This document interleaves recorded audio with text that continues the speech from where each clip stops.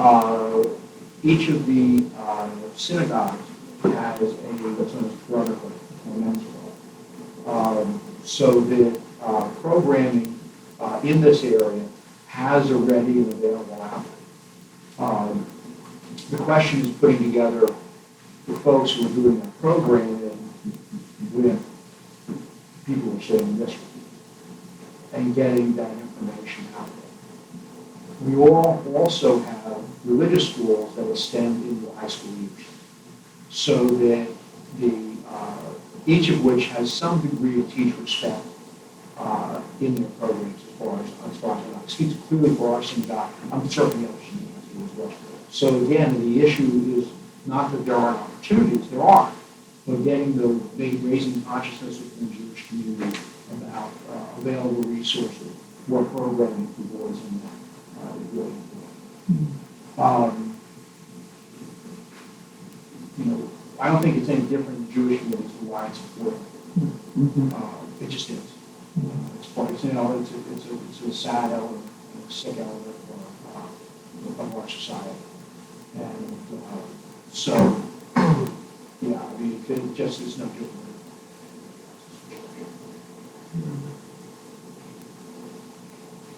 I think there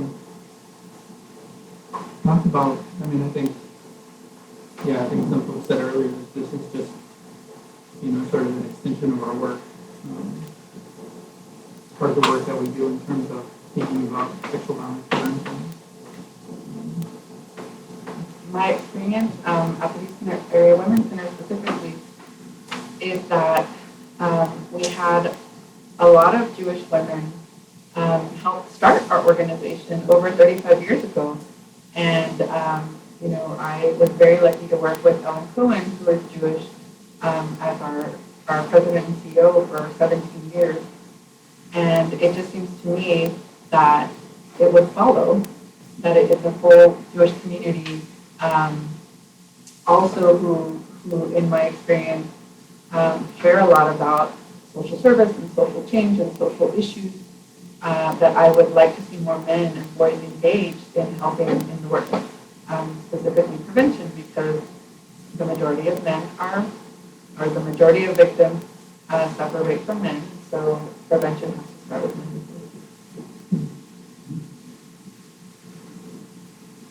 Hey, but can I raise it up a little bit of off the Jewish thing for a second? There's a problem in America with men and religion, okay, that we also have to acknowledge. And the women seem to be in charge of religion in most households, and that we as a Jewish community, and I tell you from my Christian friends and my Muslim friends, the same thing, is we have trouble engaging men at all. And so this just plays into it. In fact, I see this as an opportunity to bring up something relevant and interesting to men, and even more so, to give them an opportunity to mentor younger people. Men are often responsive to opportunities to be mentors to younger kids. And programming that we can use to facilitate those discussions would be most welcome and would, I think, attract men. Now, having men come in for seminars about sexual violence prevention is great. It's not going to be as effective as giving them some kind of program.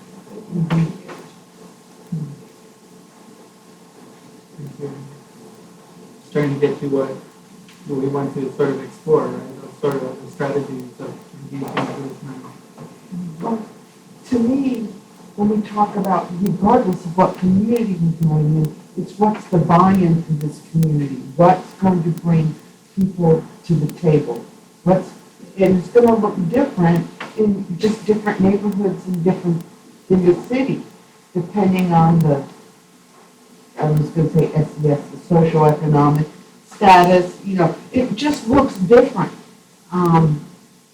So how do you engage a community?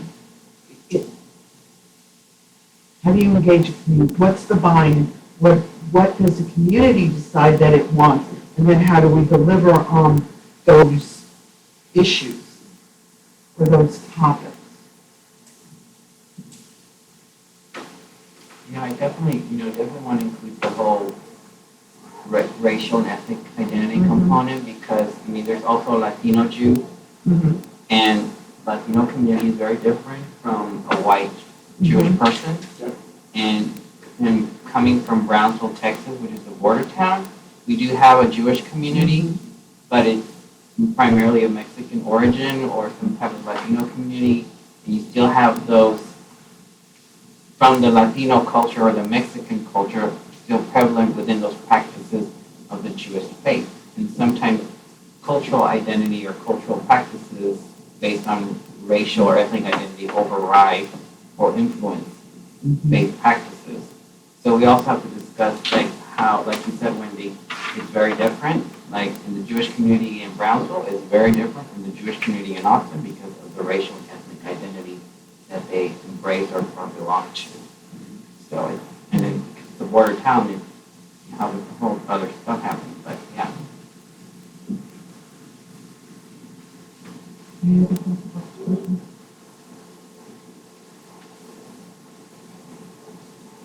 So I think it is, one of the things I want to acknowledge that TAASA made an effort to reach out to many Jewish leaders, not just here in Austin, but in the surrounding area.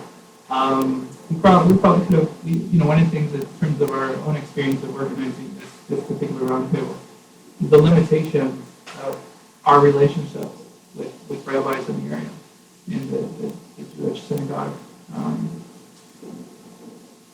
And really reaching out to folks by email and just saying, we want to invite you to be a part of this particular roundtable. Rabbi Friedman responded to that. That's it. This is the first time that I've met Rabbi Friedman. So, for me, it points to a really important opportunity, and to acknowledge that those relationships are key in that. I hope as a result of this conversation, we can continue to develop that relationship with Rabbi Friedman. And of course, other rabbis around the state, around this particular issue. So I wanted to acknowledge that and thank you for joining us because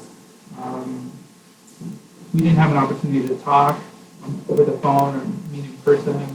So I'm really grateful for your participation in the roundtable. And so, and I also want to apologize in the front end that I'm sure, just like Saeed this morning, responded to a lot of very direct questions. And people really asked him a lot of things about Islamic faith. And so I'm sure people will have sort of the same questions for you. But you seem really well prepared for that. So, I will say the other thing, when dealing with clergy, you have to, for something like this, you have a better chance of getting on their calendars to further out. absolutely. So that, I think that there may, and also give someone, this is an area of concern for me. Okay, I'll be honest about that. And part of that extends from the fact that my wife's on the safe place. So, that's like, so this is not, so that my response here is a flow from that. But that also gives me the opportunity to call some of my colleagues and say, hey, this is going on, can you clear your schedule?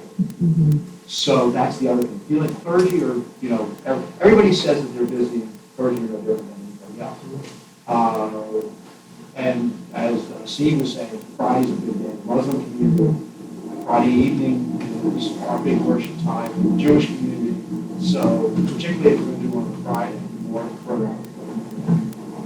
I appreciate that. And that was something that I absolutely have to acknowledge and sort of, learn from as well with other Jewish faith leaders here. And so I appreciate that.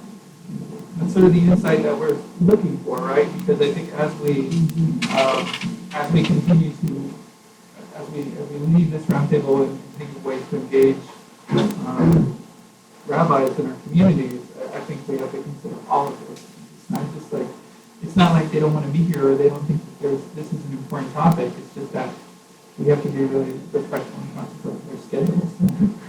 Also, in terms of worshiping as well, in terms of those sacred days for folks, and so I appreciate that.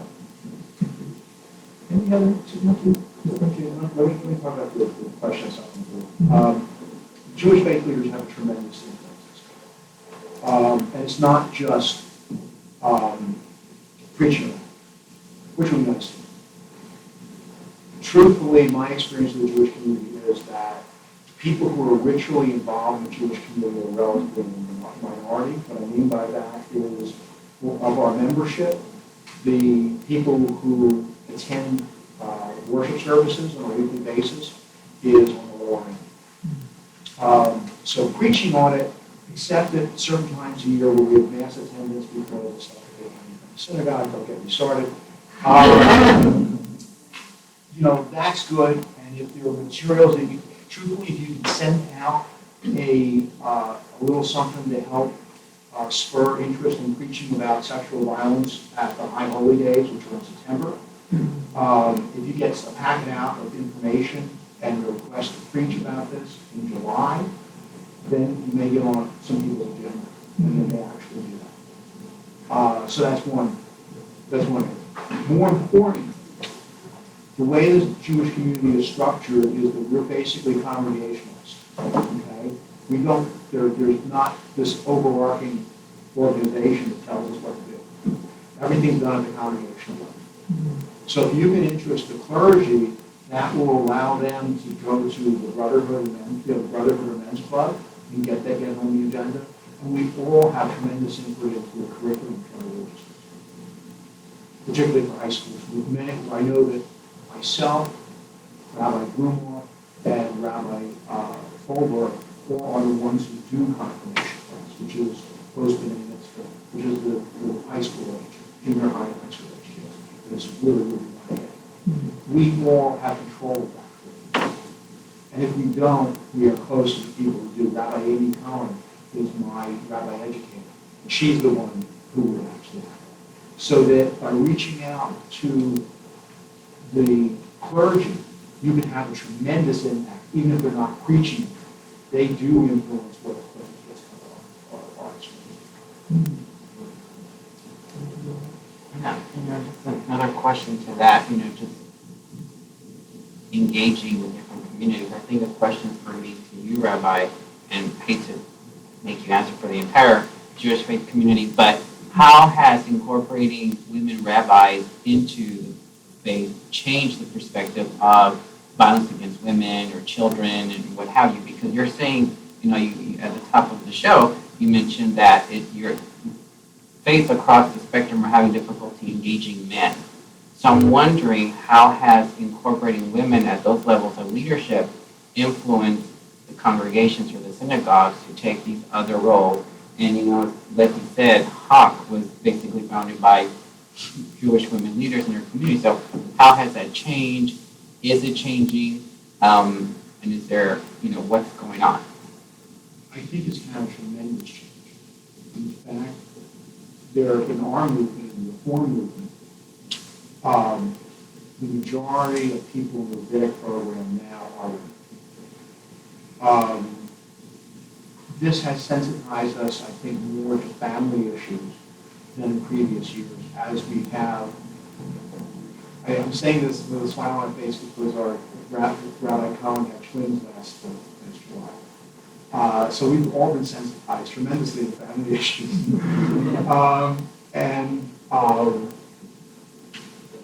It also has strengthened our understanding of the issue of domestic violence. Because more often than not, the victim is female. And so it starts first with the women. And that kind of gets the main line. I think that the advent of women rabbis has changed the agenda somewhat. as far as what's important to the community. Because we're hearing, I know in my synagogue, the fact that Amy's there has magnified women's voices, even within the upper level. Also, the other element within the Jewish community is that, for the most part, the leaders of the community are women. The central organization, I'll just talk about Austin, because it's the one I know best, but the Jewish Community Center, or the president, a good deal before, they're a woman. Our sisterhoods are very active. So the female leadership, not only with rabbis, but the emergence of female leadership in general, has given us a greater opportunity for them to turn to the guys and say, hey, this needs to be a leadership. This is something that's a concern to us, particularly. So yeah, there is that opportunity there. I think there are several women rabbis in town that would be very receptive to pushing this agenda within the congregation. I know that I can speak pretty much statewide. It's a good point. Let me check with that. Yeah, we've got a question from Dave Braham from Braham Counseling. He would like to know, let me scroll down. It says enough to me. How do we expand being a mensch to go beyond being a good man to expand to gender awareness and gender equality? And I will say that Dave is a member of the Mobilizing and Task Force Advisory Committee, so we're glad that Dave did. He wanted to be with us in person, but we're glad that he could join us online. So. Wow. Okay, does everybody know the term mensch? No. So you may want to.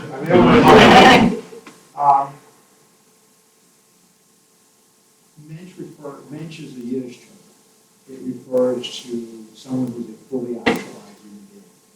Someone who takes the responsibility. Someone who's not just an adult, but someone who actually, and you can be a mensch, not an adult actually, but someone who realizes that they have a role in the world, that they do appropriate things, and they care about other people. That's like the highest accolade you can have in the Jewish community, is for somebody to say, hey, that person's a real mensch. That means they get it. I thought that was only referred to for men, that women couldn't be a mensch. It could, no, it's, now. Women can be mensches too, I didn't know that. I want to be a mensch then. No. Yeah. The grammar doesn't necessarily work, but it's fine. Okay. It's fine. There's a less well-known female equivalent that says that a woman is an Eshet Hayah, a woman of valor. And that comes from Proverbs. But that's too much to know. Mention works much better. The question's a really good one. And it's something that really, I think, lies in the educational area more than anything else, and by example. We want to expand the vision of our kids as to what it means to be someone who's created in the image of God, and the responsibility to go along with that. I think it would be kind of interesting sometimes to, within the community, to talk about what type of people we want our kids to be, and on that agenda we'll have to list the people who understand their sensitive to each violence in general and domestic violence. And it's real, in truth, it really, it really comes down to putting it on that agenda and making sure that that's an element for it, particularly in the high school. And set that expectation. But it can't just come from the clergy. It's got to come from the other men in the congregation who say to our younger folks, hey, look, people who commit acts of domestic violence are just, you can't have that. You can't be a mensch and commit or tolerate domestic violence. And that's just an education. I think that sort of answers this question about what part of the Jewish faith encourages boys and men to model healthy masculinity. So when we think about, when we sort of try to define the language that encourages a sort of healthy masculinity. How do we talk to faith leaders and members of the Jewish community about what healthy masculinity is and looks like? So, I think you've done a little bit. That is a very complex question because the status of women within any religion, and Judaism is no different, has biblically has not been, biblically and really rabbinically, in law, has not been. That the progress that we have made in this regard, I think, has been reflective of general overall society. There's not a deep Jewish tradition of equality between men and women. Quite the opposite. And there's a simple reason for that. It's funny, I was talk about this in class. There's a simple reason for that. Some of it is because the documents, the underlying documents of Jewish faith were all written by men. What's happened in the last 50 years is that I would argue we have unearthed living places within Jewish tradition. They were always there. They just weren't being listened to. So that on the simplest level, when we talk with our younger friends about the matriarchs and patriarchs of the religion, the fact that matriarchs are in that discussion all something that's relatively new. If you had talked to somebody 50, 60 years ago about who were the bedrock figures of Judaism, you'd hear Abraham, Isaac, and Jacob. Okay? You now walk up to any 7-year-old and ask who are the bedrock figures of Judaism, they'll tell you Abraham, Isaac, Jacob, Sarah, Rebecca, Rachel. But that's not because the text changed. It's because the attitude of the folks changed, and the society changed. And gender equality as a central value of Jewish organizational life has really been in existence for the last 50 years. It really doesn't extend much further. So we're coming to this at a good time, but that's one element, is that this is something that's relatively new. But it is new, and it is now bedrock doctrine for at least liberal Judaism.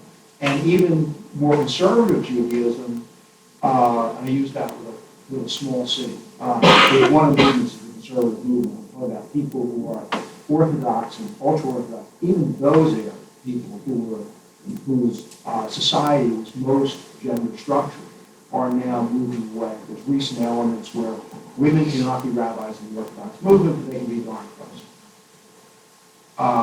And it's just everybody's moving in that way. As that changes, was that back to your point, that opens this discussion up a lot more. It also opens up the model of healthy masculinity, that part of the relationship, religiously, between men and women is respect. And we kind of look more and more at the relationship between even biblical figures, and then, which are quite interesting. Take a look at Genesis. It's really very instructive about how men and women interact with each other, because it's not all the same. And our forefathers, as it were not always the best husbands. Or fathers. Another day. But the structure that had women in secondary positions is falling apart, which is great. And the model of healthy masculinity, let's put it this way, we are reconsidering the elements of our role models to include people who are sensitive and caring, and certainly well short of domineering of men over women. That just isn't the model. So, and we use, there are plenty of texts that underlie this. is because it, for all of its domination of women, women have always had a role that, or let's put it this way, women have always been protected in Jewish religion. And whether you want to see protection as positive or negative, that's a different issue. But, for instance, women, even in biblical times, were able to marry. The structure of Jewish tradition in regards to marriage was that the woman was protected financially within by virtue of what's known as a ketubah, or a marriage contract. The marriage contract really benefits the woman. It's all about the guy's obligations to the woman. The fact that women inherit, the fact that our matriarchs are treated with respect, are all, we draw upon these to make the point that violence against women, I'll concentrate on that, violence against women is simply unacceptable. There's also, I was thinking about this morning, this gets a little technical. When you read the Bible, when you read Torah, the 5 books of Moses in Hebrew, there's a different word for loving intercourse than there is for forced intercourse. The Hebrew is there. And the acceptable, loving, emotionally invested intercourse has one word for it. And then there's other words for it that's essentially translated to taking, forcing. And so even with, if you know the Hebrew, even within the Torah itself, there's a recognition of the difference between sex that takes place out of love and sex that takes place out of force and violence. And this is a lesson that we could be better at, because we're all scared of going to a congregation saying, the Hebrew says, because that's a new. So, but in reality, the text says a lot about God's understanding of humanity, and that this goes on, and being disapproving. And that, I think, is a point that we don't make enough, that even the basic text, it's wrong. And there's all, I'm a rabbi, so I could sit here for the next half hour and tell you various different Talmudic texts that look unfavorable upon sexual violence. But they're there. The voices, I have to admit, have been muted. But they're there, and we have to read those. I have a question, because I've worked a lot with the Jewish faith, but particularly here in Austin, and I've had a lot of good interactions, particularly from adults, from women and men, both of the Jewish faith. However, when I did go to UT and I did a presentation with some law enforcement to a Jewish fraternity, the questions that were coming out from them were not about, how do we help people who experience it, but more of hypotheticals as to what do I not get caught doing, or where is the line? Mm-hmm. And what were we missing? Because the police officers were answering every question, saying, well, that would be or that wouldn't be sexual assault. And it was just like, what were you missing in order to reach them at a different level? I think that gets back to Dave's question. And that is the difference, one of the key things we're acutely aware of in today's world is there's a difference between legal and correct. Mm-hmm. Okay? And the police officer there to discuss legal. Mm-hmm. And that has its place. But that's not really what the message is. The message is what is ethical or moral in terms of behavior.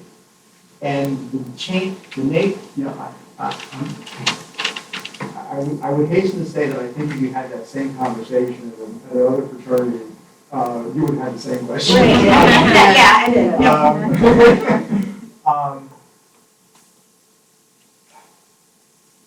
people of that age to get off of, particularly when there is a great deal of attention paid to the legal issues these days, and on the internet, to get them out of that conversation. Truthfully, if I had been putting that panel together, the last people I want to get police officers. Okay, that simply immediately sets the tone of what we're talking about here with the legal issue. How do I stay out of trouble? Okay, that's not the nature of the discussion of these issues. And when, hopefully we're invited back doing that, I think that's a question raised and say, are we talking about what I can get away with or what's appropriate behavior? If we're talking about morality here, the presence of police officers doesn't help to move that discussion in that direction. Rabbis, maybe. So that's what I was going to ask you, Rabbi, if you felt like, in terms of, do you feel like that's sort of a place for partnerships? So as we're doing sort of that prevention work and talking to different groups, especially of young people, because I reached out to that fraternity here at UT, to this roundtable. Do you see that sort of as a place in terms of partnership with rabbis, or? Yeah, that will help to guide that discussion so that it doesn't devolve into, because Jewish guys are bigger jokes than anybody else. That's a tweet.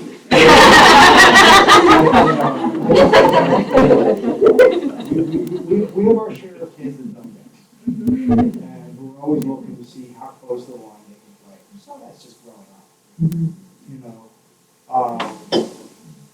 But our responsibility is to guide that discussion. And I would say the responsibility of the older members of our fraternity is also and say, hey guys, don't worry. If you don't have to worry about the legalities if you understand what it means to treat people with respect. I mean, you don't ever have to worry about that issue if your approach to this is respectful.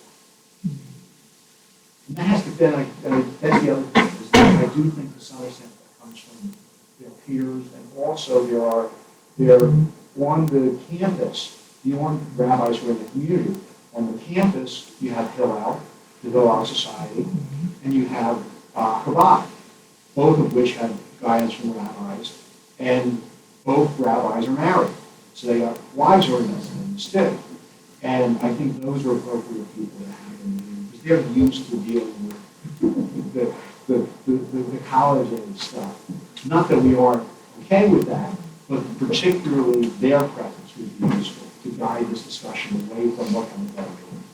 No, that's really helpful, because I think if I knew that, I would have reached out to both rabbis to encourage them to encourage those fraternities to participate in this round.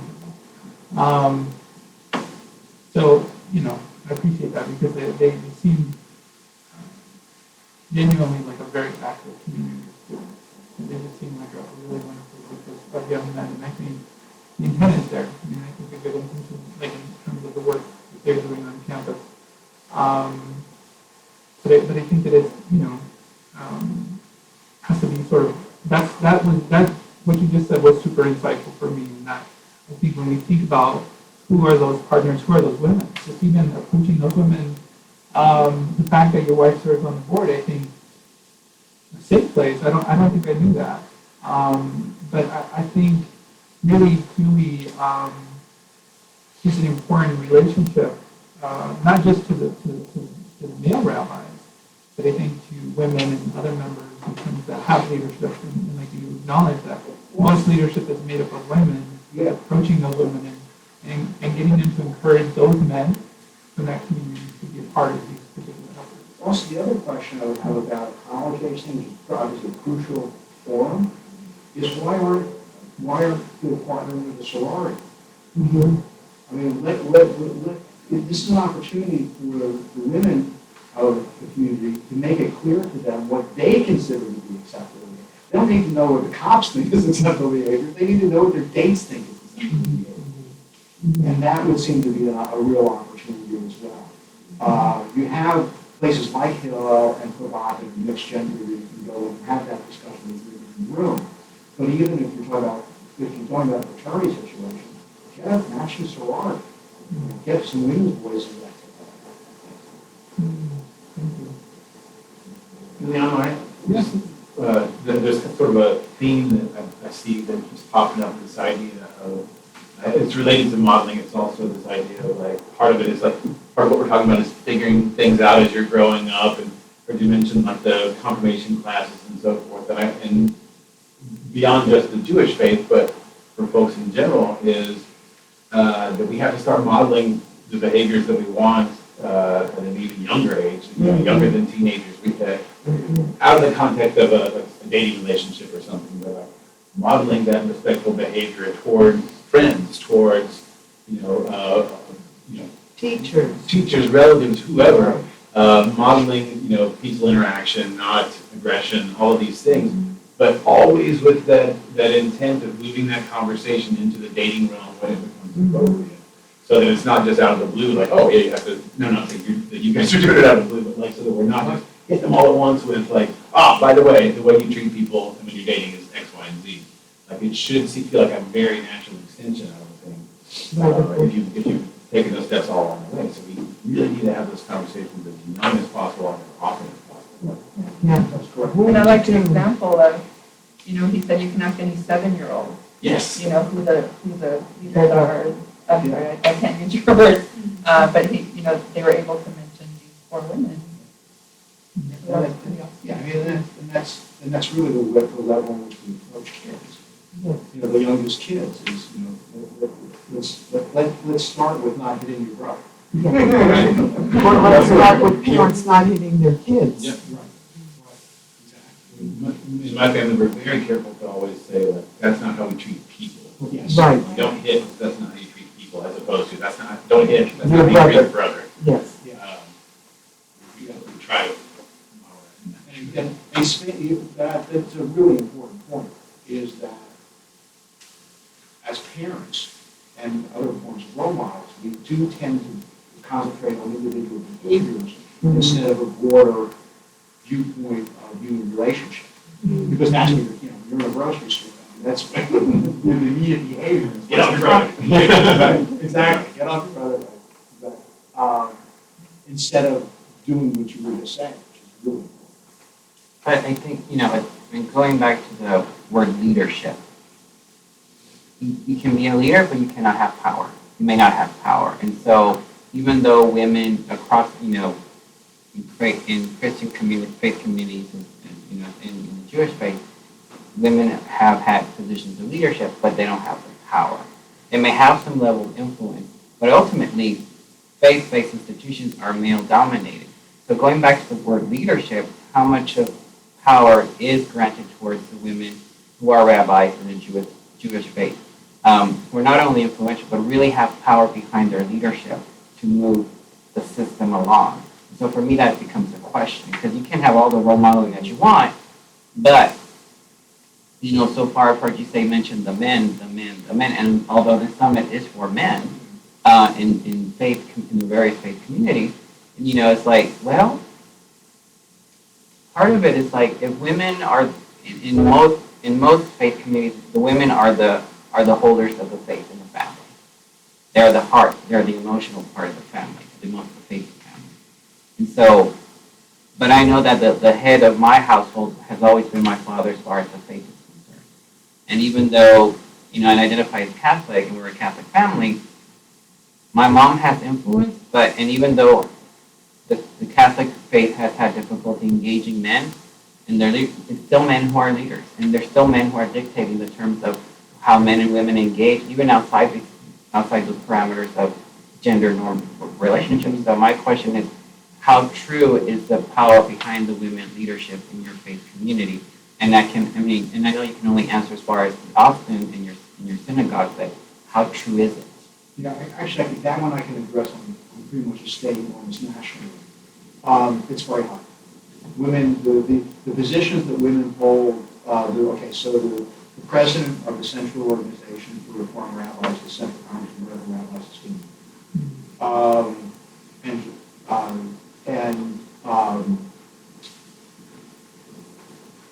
each of the major organizations, umbrella organizations for each of the movements, significant female representation on the board in terms of officers. I would say that in this community, women are probably setting the agenda. It's just the way it's worked out. It's not that it wasn't anything purposeful.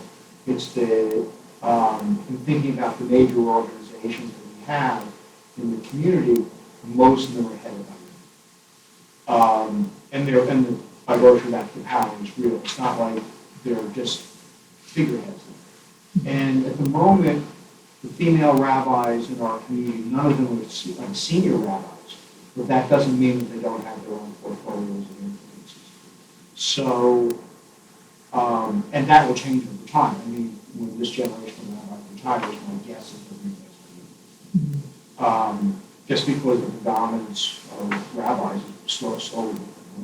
I had a really neat experience when I was a student rabbi. I went to this small town in Illinois to be a student rabbi there because that's what you do in the grade school. And there's like a 6-year-old kid. And I get up in the pulpit and he turns to his father and says, I didn't know boys could do this too. Because the last 3 rabbis they had were all female. To address the point correctly, or directly, yeah, the power is also fighting.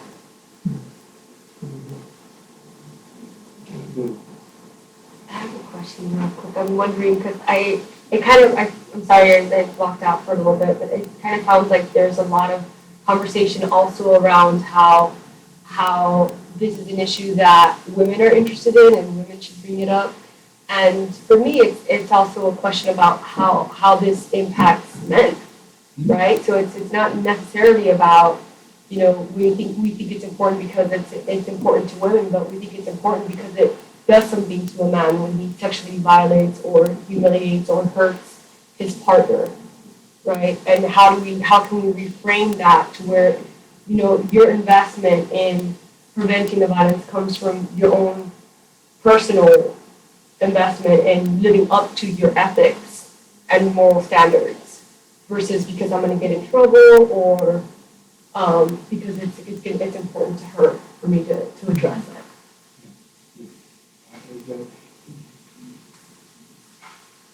I think this, to a large extent, if you come back to the mention I think to a large extent that comes from our willingness to uphold models. Okay, let me put it this way. Like any other areas of behavior, we tend to, for the most part, accept good behavior and highlight the bad behavior. What we don't do enough of is to hear voices that say we have expectations and that we have people who are meeting these expectations and praising them and holding that up as role models.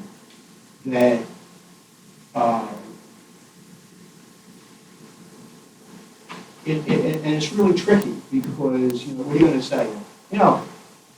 He's a really, I could never imagine him hitting his wife. He's a really great guy. And you can't single out people like that. What we can do is bring people like that into the discussion, particularly with younger people, and call on them to share their experiences of what does it mean to be in a community. It can't be driven, you're right, it cannot be driven by women. Women can't always be the one to bring this up, and guys are reluctant to come along in the conversation. We need more men to stand up and say, this is an important part of what a relationship is about. But guys are guys, and we have to give them forms and opportunities to do that. They will not do it spontaneously. It's not going to happen. So that moves us to, I think some of the other questions, in terms of how you mentioned some of the places that we could engage boys in the Jewish community. I'm wondering if there are other places, other opportunities, in terms of our partnership, like the local rape crisis centers, the synagogue, that we could opportunities that we can partner around this issue of addressing sexual violence and sexual abuse and sexual harassment, sort of forms of sexual violence that we want to prevent. I'll give you two easy ones. Okay? In addition to the synagogues through curriculum and through brotherhoods, there are, at each of the synagogues and the B'nai B'rith, which is a central organization, there are all youth groups. Getting with the youth advisors in the synagogues and with B'nai B'rith, with the BBYO is very big on this. And this, Houston, shake your head, right? Okay, so, and BBYO is actually better than the synagogue because it's more social. The kids who belong to BBYO do so because they want less religion and more fun. Okay, which is why it's more popular. And so it is particularly relationship built, and we're trying to work on this. It's a whole different issue. But those are opportunities to partner with those folks. We also have in this region very successful summer camps. Green Family Camp up in Bruceville puts through about 700 kids per year. That's a lot of kids. And it's all kids from Texas and Oklahoma. This is a wonderful opportunity. In our educational program, all geared towards this. All geared towards this. From the time you get a kid who's 8 years old, their first overnight experience, through their first year of college. All and everything, we all have educational programs within camp, and they all somehow get back to the issue of the So there's tremendous opportunity there. There's also Camp Young Judea, which is in Wimberley, and each of our JCCs has a day camp that puts through a ton, I can't imagine if Dallas and Houston, we've got several hundred kids in Austin, I can't imagine Dallas and Houston. So there's opportunities there. Any place, they're always in the day camp. My God, they're always in. So the more things that this group of experts can bring to particularly education and youth groups, the better off, the more opportunities we'll have. What we don't do is do the research on our own and come up with, because we're just too busy. I'll be perfect, we're just too busy. Okay, if you can give us a unit on teaching sexual violence, we can do that. We can't put it together ourselves. We don't have the expertise. Not in a way that's really effective. Now, what we can do is we can sit at a table and you can say, okay, here are the things we want to get across, and we can think of fun ways to do that. But that ultimately, data we need and the things that get across are going to have to come from you and not from us. I want to go back to something that Hilda said, and it's hard for me because I've never disagreed with Hilda.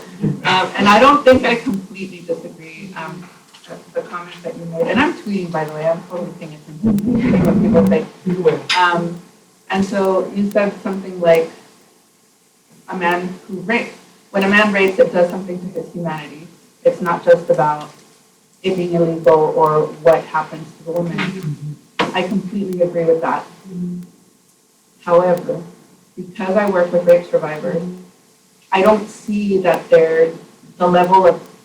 just because the level of trauma in rape survivors is so high and so devastating, like, ooh, and I'm on camera. I'm like, right now in this moment, I kind of don't care what it does to the man's humanity.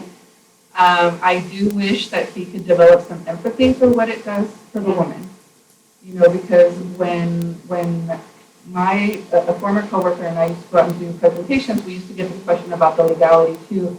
And so what we would do is we would put this continuum about what was, moral and ethical and then kind of legal, and we would read scenarios and they'd have to decide, like, where does it fall? And then also we talk about the trauma reactions that a woman would experience. So even if they put it as it's probably not illegal, well, what would a woman experience or a girl experience if if she had this. All right, with all that said, and I think that's just me being super protective of survivors. With all that said, I think also many, many years ago, one of the things that my coworker Debbie and I talked about a lot was how can we teach empathy to men and boys, and particularly the boys that we were working with. We had a bully group at an elementary school once. We wanted to do a group with boys, and the school said, "Here's 8 bullies. Work with them." We're like, "Woo!" Does that work for y'all? Yeah. And so what we really got to the point about how disconnected boys get from their own feelings. And if they get so disconnected from their own feelings, how can they have empathy for someone else? Yeah. So in that, I agree with you that if we could get men to understand how much they're missing in their own humanity because someone, something, society has told them not to feel, then maybe we could get to where, like what you're saying. And I agree, but like what? But the trauma is so devastating. I mean, we see women who experience a high level of anxiety every few minutes when they're, trying to live their lives or cannot leave their homes or are not sleeping and, just lots of things. I know I'm preaching to the choir, but just in working with Laura and Nolan about the trauma that their clients experience and how we experience secondary trauma from having those stories. They were telling me a story about something that happened with someone that they were working with, and I had a rape dream that night. So what that man did, what that perpetrator did, however it affected him, geez, it affected the victim, it affected her counselors, and it affected someone who just heard about it. Yeah. So my question, Rabbi, is how does the Jewish faith teach through scripture empathy towards men and boys? And when you're up in the pulpit or whatever, how do you do that? I mean, there's, on a broad scale, that's what all religion's about. I mean, I'm just not as Judaism. I mean, the second most, besides, right after keeping the Sabbath, the second most often given commandment in Torah is some form of, you shall remember, you do not mistreat the stranger, for you were strangers in the land of Egypt. I mean, this in some form or another comes up 34 times. So the teaching is there. It's easy to go back to those texts and say, this is empathy is the basis of Judaism. I mean, when we name a child, children receive, in the Jewish religion, children receive a Hebrew name. We name a child, we pray that they be brought up in such a way that they enjoy an understanding of Torah, the blessing of family life, and a life filled with the performance of good deeds. I mean, already it starts at that age. That's our wish, is that they be, essentially, that they be mentioned, that they be empathetic people. So the message is fairly consistently put out there. The problem is the message is countercultural. And that, particularly for guys, to be cognizant of another person's feelings is just a foreign experience. You know, that most of our camp experience, we're going back to camps or something, isn't doing that. Is it trying to get a bunch of kids in a bunk to understand that their lives affect the other kids in the bunk. And it's a lot of work. I was going to, and we struggle with this too. There has to be some data out there, some help out there educationally with reaching boys. We had this problem in Hebrew school, we had this problem in camp, I'm sure if we were a public school teacher in here, they'd tell you the same thing. We do not have good methodology for reaching boys in an education setting. And I don't know how to solve. Matter of fact, there was a meeting yesterday that already was trying to address this from the camp standpoint. I don't know how to solve it. Except from our youngest kids, is that's the consistent message. It's all about, you want to be considered a good person, you have to be empathetic. we'll just keep banging the drum, but we're banging the drum against a society that's, that's all about me. To your, I'm talking, but to your point, Lenny, I get it about the fact the woman is in a rape situation is really much more down. The guy is. Most guys see the world from what's in it. And you have to play to that to some extent. That's what makes that the main point intriguing, is that, and rape is obviously the ultimate end of the spectrum. We're talking the much more likely with a 15-year-old of a much lower behavior than that. Okay? It's just understanding that no means no.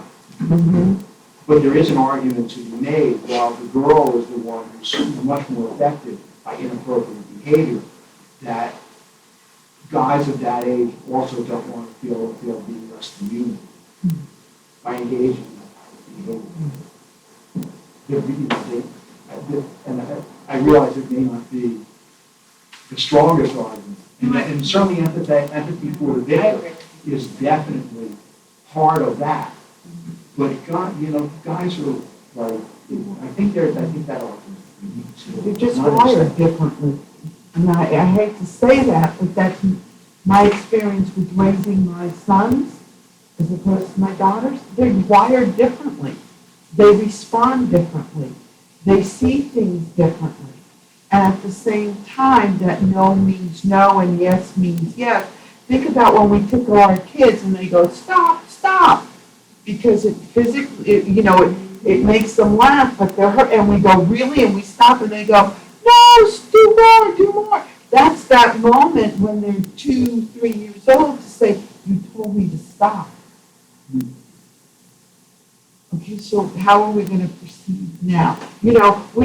I've worked in this field almost all of my life, that's what it feels like.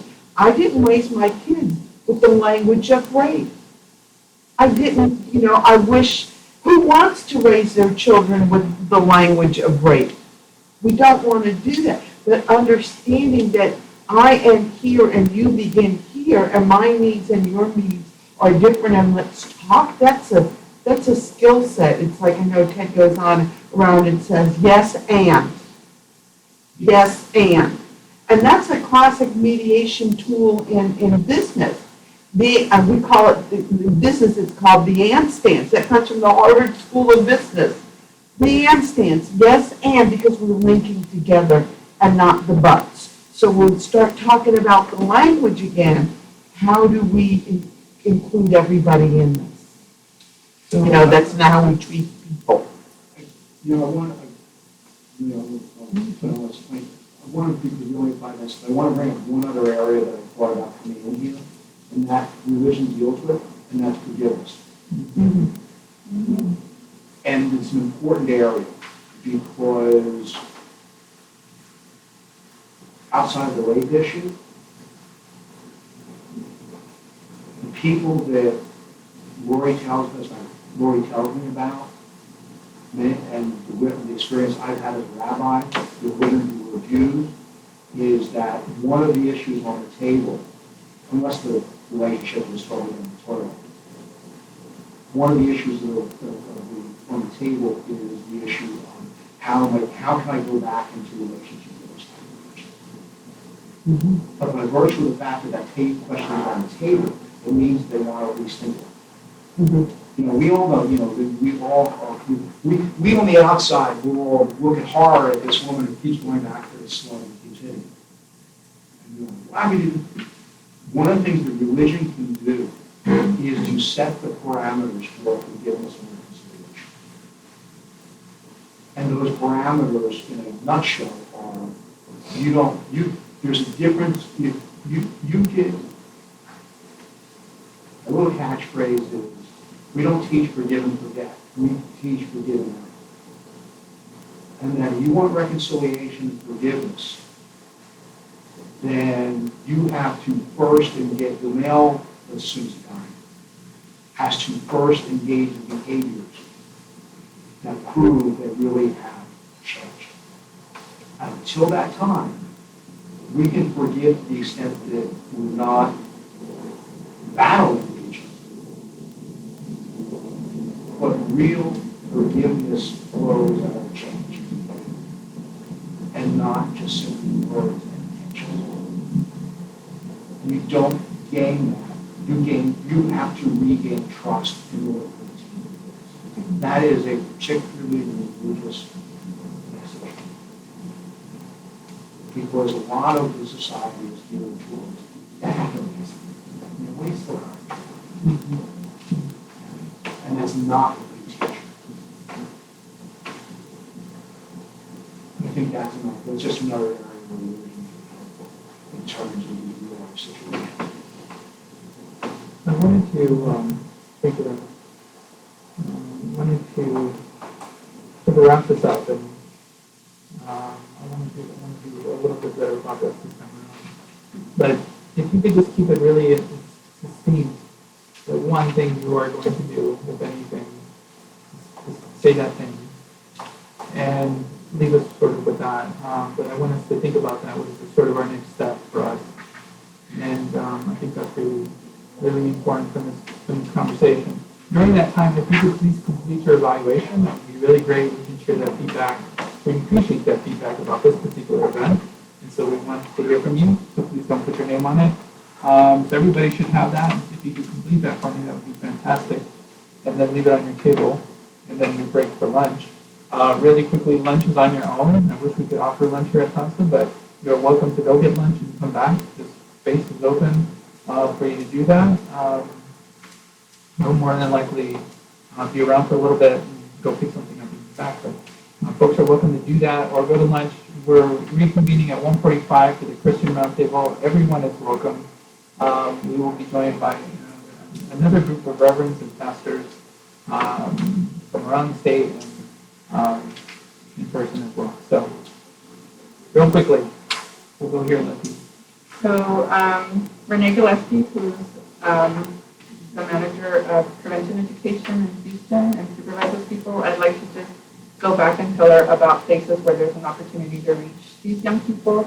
You mentioned 3 places. I used to go out to the Niagara homes, so that was pretty awesome. I thought I was going to a facility and it was a house, somebody's house, and the summer camps in the daytime. So thank you. Early, I was really intrigued by everything that you people shared, so thank you so much.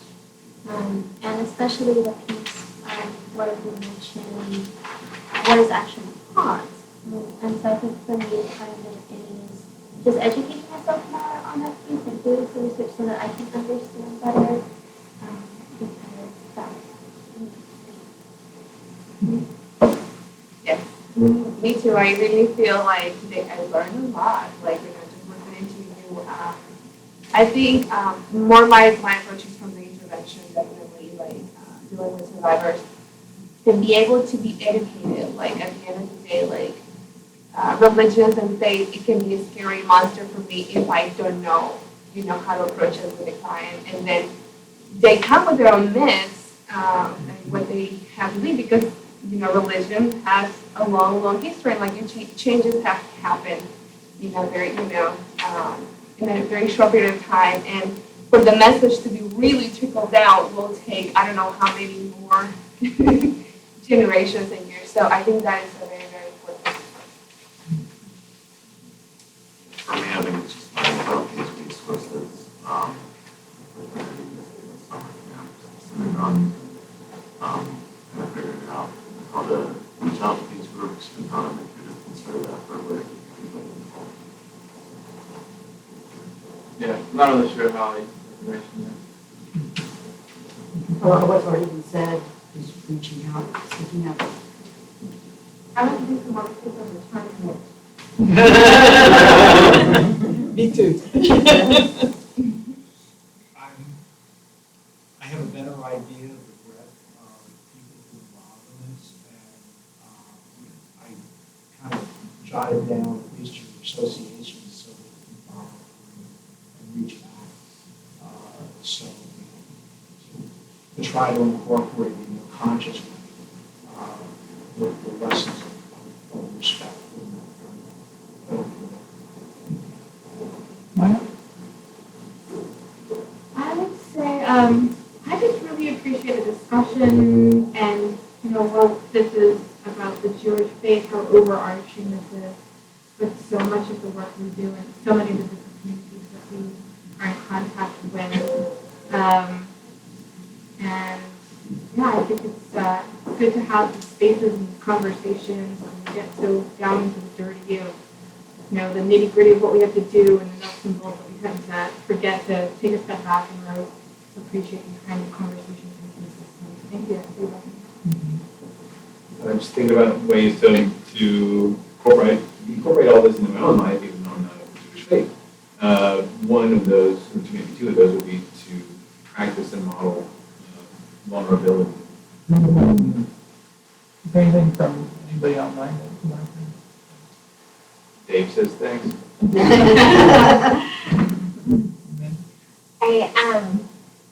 I think starting that dialogue and creating that discussion with university students, because that is my peer group and that's my environment on a daily basis, is a really good demographic to pinpoint. I really appreciated the philosophical conversations. I feel like that's where we landed here, and I really appreciated that. And in terms of follow-up or next steps, just the depth of the infrastructure. I appreciate learning about that too. I think for me, it was the whole concept of forgiveness and reconciliation, because in victim services, we don't have that concept. It's about intervention and punishment, and the challenge about checking in with the person and what do they want to do. And although it started to have that conversation about first checking in with the survivor and working with them while they still want to remain in the relationship, whatever that is. So for me, I find it, give me about forgiveness. First, gotta be punished. So personally, for me, as a person in this field and this movement, it's about putting into practice those concepts of and it's not about me as the advocate or trainer. It's about the family and the community and how they want to deal with, particularly around forgiveness and reconciliation, because I would say along those same lines, just thinking about how similar these discussions are across conversations, right? It's not just about the Jewish faith, but it's recognizing those similarities that we don't necessarily recognize with our own biases. So for me, I just have this continuous, recognizing and challenging my own biases. This is what's happening right for me throughout the day, I think. Is thinking in those terms. And I'm sorry to piggyback off you again, but again, what hit me was the forgiveness and reconciliation piece. And that's challenging, but it's something that I feel like is absolutely necessary if we're going to engage men and boys. Right? Thinking about and talking about forgiveness. Right. A lot of the survivors want that. Yes. Right. And I piggyback on everybody here, the modeling vulnerabilities, the reconciliation, the forgiveness piece, all those things are really, really important. But what perked up my ears was the group of 8 bullies, kids who are already so disconnected from their feelings, and we all know that abuse starts early. And so when I see kids so disconnected at an early age, my first thing is, and this is just the therapist in me, where's the trauma? They're bullying because of some stay away, I don't know. I mean, I'm making total assumptions, so again, challenging what I know, what I believe to be true, is not necessarily true. I mean, it could just be, oh, it's cool to do this, so I'm going to do this. I don't know that, but I hear that and I'm going, okay, how do we engage children at an early age? Girls and boys. So I think for me, I just want to, in terms of my next step, is to sort of continue this conversation with continuing to reach out to Rabbi Friedman, the network of rabbis and faith leaders in the Jewish community, not just here in Austin, but I think around the state. Clearly, I think there's a need for TAASA to continue to do this work about engaging stakeholders. I also, again, want to make folks aware that we can help them think about this issue and really explore this in their own work and want to be a resource around that. Because I think as we move through this day, I think there's a lot of sort of lessons that that we're learning that we want to pass on to other prevention workers and educators around the state. And hopefully you're thinking about it as well. And I think my commitment to continue sharing to hopefully the task force continues to explore this issue over the next year as well. So I want to encourage you guys to contact me. Follow me on Twitter if you're not already. And I want to thank Rabbi Friedman for joining us, for taking the time out of your very busy schedule to be with us this morning. And, yeah, I want to thank all of you for sticking around for this roundtable, and hopefully you will come back for the Christian roundtable at 1:45. And I want you to really take a break. Enjoy Austin for those that are from out of town, and have a wonderful lunch. And we'll see all of you back at 1:45. Thank you. And thank you, Ted, for moderating the chat, and Maya with the cameras. And thank you guys so much. If you're from out of town and need lunch recommendations, for the local people are happy to share in the record. I'll have a conversation. Okay. Yeah. Or we'll touch base at the end. Yeah, I have a meeting with the boy afterwards. I mean, I'm sorry, I can't. No. Yeah, it's in the railway. You know that anyway. So, I want to come with you. Okay.